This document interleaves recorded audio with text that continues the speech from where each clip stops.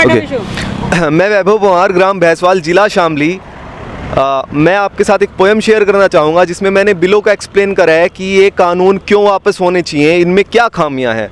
क्योंकि गवर्नमेंट बोलती है कि ये कानून जो इन्होंने लेके आई है ये लोगों की समझ में नहीं आए। मैं भी इस चीज़ को मानता हूँ, ये समझ में नहीं आए, और जिनकी समझ में आ गए हैं वो लोग आ रहे हैं, जुट रहे हैं, इसलिए यहाँ पे इतनी ज़्यादा भीड़ बढ़ रही है। आप देख रहे हैं अभी कितने कितने लाख लोग यहाँ पे हैं। तो उसी पे एक पोएम सुनाऊंगा कि किसान को अपराधी है जो कृषि कानून बना दिया, और लिट चढ़ो तुमने एक बार भी शर्म को नहीं, जे हक मांगण माटी के लाल को सड़क पे बिठा दिया।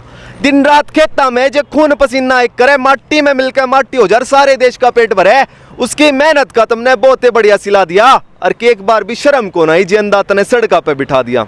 बिल एक्सप्लेन करूंगा। जो असीमित भंडारण नियम है वो सिर्फ दो अवस्था में हट सकता है, या तो इस देश में युद्ध हो या कोई आपदा आए, लेकिन हम ऐसा कुछ नहीं चाहते। तो मैं सरकार से अनुरोध करता हूं कि इसे वैसे ही वापस ले लें कि मैंने युद्ध चाहूं ना आपदा, फिर क्यों भंडारण नियम ला दिया। बड़े बड़े व्यापारियों के हक में जे तुमने फैसला सुना दिया, अरे हमारी मर्जी नहीं मजबूरी से जे हमने सड़का पे ला दिया।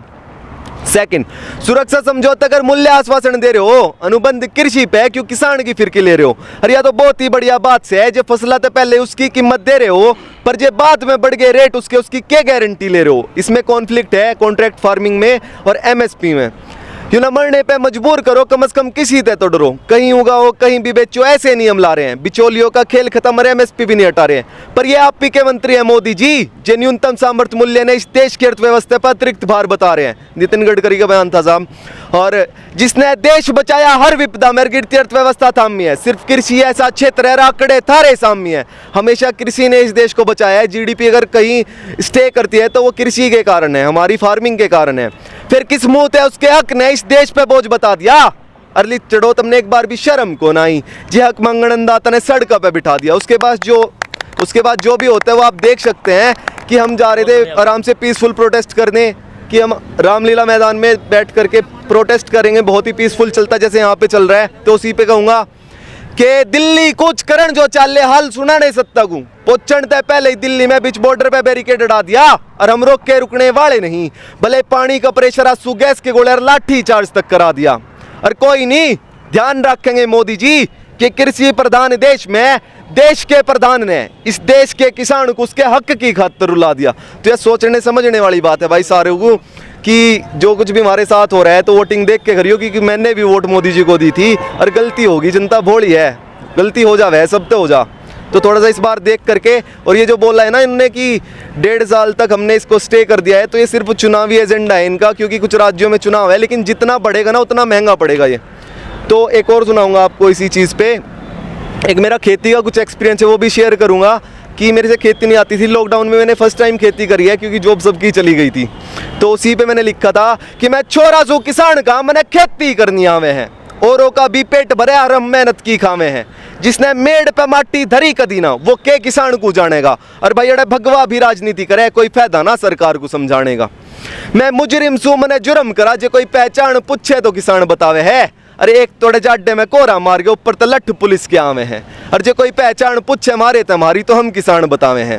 और ये इनकी भूल होगी, ये पता है क्यों हट रहे हैं बैरिकेड और क्यों ये मंजूरी दी गई है, क्योंकि इनकी मजबूरी है, पीछे तो इन्हें हटना पड़ेगा। उसी पे कहूँगा कि फौज पुलिस में जितने भर्ती है सारे बालक अपने हैं, और किसान को पताल में पहुँचा दे ये सरकार के सपने हैं। हक मांगा के कोई गलती कर दी, बांझ होगी माँ पैदा करती करती, और जहरी खा के मरना है तो वैसे ही बता दो।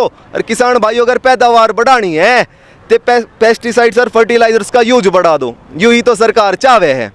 पर हमारी इतनी घटिया सोच नहीं, वह माँ कह रही थी मरती मरती, जिसने देखा सारे कहे इसे बेचण में ही फायदा से इब होगी या बंजर धरती। तो मैं थोड़ा सा अनुरोध करूंगा कि पेस्टिसाइड्स और फर्टिलाइजर्स का कम यूज करें, ऑर्गेनिक पे जाएं और अपनी माँ को बचाएं, क्योंकि जब वही खत्म हो जाएगी या तो हम उसे बेच देंगे कॉरपोरेट को या गवर्नमेंट को, तभी तो हम उसे सेल आउट करेंगे। तो थोड़ा सा सोच समझ के करिए। चलो एक और शेयर करते हैं कि ये जो बोलते हैं फंडिंग कहाँ से आ रही है, फंडिंग पे थोड़ा सा जवाब देना चाहूँगा।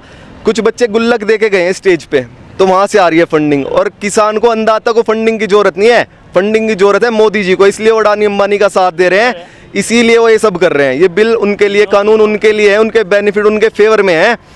उनको सरकार को फंडिंग की जरूरत है कि बहुत महंगा पड़ेगा ये तकरार, सुन लो सत्ता में बैठी सरकार, और देश की जनता सब देख रही कैसे हो रहा किसानों पे अत्याचार। किसानों से जो करोगे किनारा, व्यापारियों को जो दे रहे हो सहारा, किसान जी अपनी पे आ गया ना तो खाने को तरस जाओगे, और अन्न तय ही यूं तन चाल है, जिब चल ही ना पाओगे तो व्यापार के घंटा चलाओगे।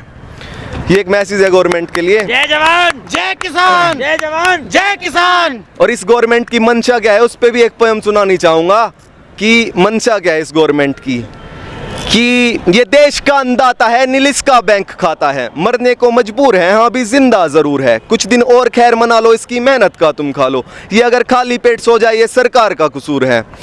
भाषण देने आते जरूर है, झूठे आश्वासन दे के जाते जरूर है, क्यों ना भाषणों में सच बताएं, इसे इसका हक ना मिल पाए, गरीबी रेखा से आगे ना आए, ताकि हम इंडस्ट्रियल एरिया बनाएं। किसान भले खाली पेट सोचाए, हम पेट भर भर के खाएं, किसान का बेटा भी किसान हो ताकि हम और बलवान हो, हमारी मुट्ठी में किसान की जान हो, तभी तो हमारे हाथ में हिंदुस्तान हो। ये इनकी मंशा है, अगर एक बार किसान इनके चंगुल में आ गया ना तो पूरा देश इनके हाथ में होगा, इसीलिए कानून लाए गए हैं। तो अगर अब आगे नहीं आए तो कुछ नहीं हो सकता इस देश में।